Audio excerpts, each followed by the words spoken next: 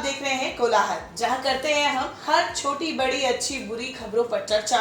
साथ ही देखते हैं किसका वीडियो सोशल मीडिया पर मचा रहा है तहलका, और ट्रोलर्स की तीखी नजर से कौन है जो खुद को नहीं बचा पाया। तो चलिए शुरू करते हैं। केंद्र सरकार से नाराज किसान मुजफ्फरनगर में महापंचायत कर रहे हैं, जहां लाखों की संख्या में किसान पहुंचे हैं। इसे यूपी चुनाव से पहले बीजेपी के लिए बड़ा झटका माना जा रहा है। अब इतने बड़े इवेंट में बवाल ना हो कैसे हो सकता है। देखिए, जब जानी मानी टीवी एंकर चित्रा त्रिपाठी वहां पहुंची तो किस तरह से उनको बॉयकॉट किया गया। वायरल हो रहे इस वीडियो के मुताबिक भीड़ द्वारा एंकर और कैमरामैन का घेराव किया गया। जब एंकर वहां से निकलती है तो पीछे कुछ लोग भी चलने लगते हैं। इनके हाथ में किसान संगठनों के झंडे भी दिखाई दे रहे हैं। किसानों द्वारा गोदी मीडिया हाय हाय के नारे भी लगाए जा रहे थे। आगे चल रही चित्रा त्रिपाठी के साथ एक किसान की अनबन भी हो जाती है। खैर, कुछ लोग अब कह रहे हैं कि किसानों के खिलाफ बोलने वाले पत्रकारों के साथ ऐसा ही होना चाहिए। वही कुछ लोग इसमें चित्रा का सपोर्ट भी कर रहे हैं कि यार जो भी हो, महिला है और एक महिला के साथ ऐसी हरकत शोभा नहीं देती। वही बता दें, ट्विटर पर किसान महापंचायत का वीडियो शेयर कर बीजेपी नेता वरुण गांधी भी ट्रेंड करने लगे हैं। उन्होंने क्या लिखा ये भी बता देते हैं। उन्होंने लिखा, मुजफ्फरनगर में आज लाखों किसान विरोध प्रदर्शन करने में जुटे हैं। वे हमारी ही खून है। हमें उनके साथ फिर से सम्मान पूर्वक रवैया अपनाते हुए बातचीत करने की जरूरत है। उनका दर्द समझने की जरूरत है। उनका नजरिया समझे और जमीन तक पहुंचने के लिए उनके साथ काम करें। इलाहाबाद हाईकोर्ट ने गाय को नेशनल एनिमल बनाने का सुझाव दिया था। अब खबर है कि कोर्ट ने सरकार की तरफ से मदरसों को फंड मिलने पर भी आपत्ति जताई है। कोर्ट ने सरकार से पूछा है कि क्या कोई सेक्युलर स्टेट धार्मिक शिक्षा देने वाले मदरसे को फंड दे सकता है। बता दें, ये सुनवाई मदरसा अंजुमन इस्लामिया फैजुल उलूम की प्रबंध समिति की तरफ से दायर याचिका पर चल रही थी। मदरसा मान्यता और सरकारी सहायता प्राप्त है। मदरसे ने अब अतिरिक्त पदों पर भर्ती की इजाजत मांगी थी, जिसे सरकार ने खारिज कर दिया था।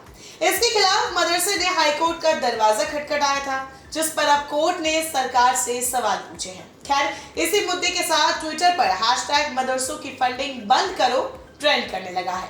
अब नेटिजन सवाल कर रहे हैं कि जब सरकारी पैसे से वेद, गीता, भागवत, रामायण नहीं पढ़ाई जा सकती तो कुरान पढ़ाने के लिए मदरसों को सरकारी अनुदान क्यों करे।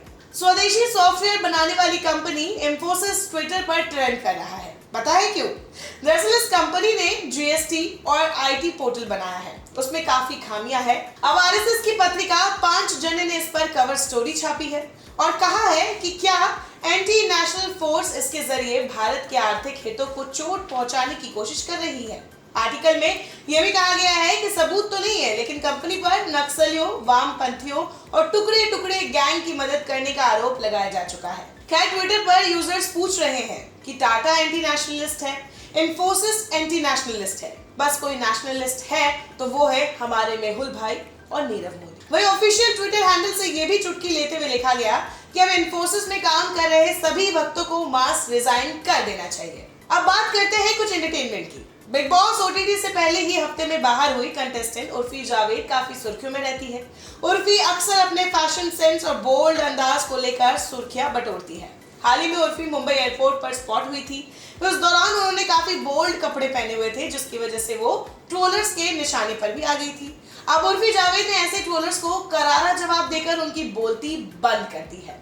उर्फी जावेद ने एक इंटरव्यू में कहा कि उन्हें अगर पब्लिसिटी चाहिए होती तो बिना कपड़ों के ही पहुंच जाती। उन्होंने कहा, मैं जो कुछ भी हूँ, अगर उसकी वजह से पब्लिसिटी क्रिएट होती है तो अच्छा है। लोग सिर्फ मेरे बारे में बात क्यों नहीं कर सकते। मुझे ये समझ आ गया है कि मैं चाहे कुछ भी पोस्ट करूं या कहूं, लोग कुछ ना कुछ कहेंगे ही, चाहे मैं बिकनी पहन लूं या फिर सलवार सूट, बस ऐसे ही कमेंट सुनने को मिलेंगे। क्या बात है। बात तो वैसे उर्फी ने सही की है। अब कम से कम ये नेटिजन्स उन्हें दोबारा ट्रोल करने से पहले 10 बार जरूर सोचेंगे। खैर, कैसे लगा आपको हमारा ये शो, हमें कमेंट बॉक्स में जरूर बताएं। लेकिन उससे पहले अगर आपने हमारे चैनल को अभी तक सब्सक्राइब नहीं किया है तो जल्दी से सब्सक्राइब करें और साथ ही दिल्ली बस इंडिया की सारी नोटिफिकेशंस के लिए बेल आइकन बटन को भी दबाएं।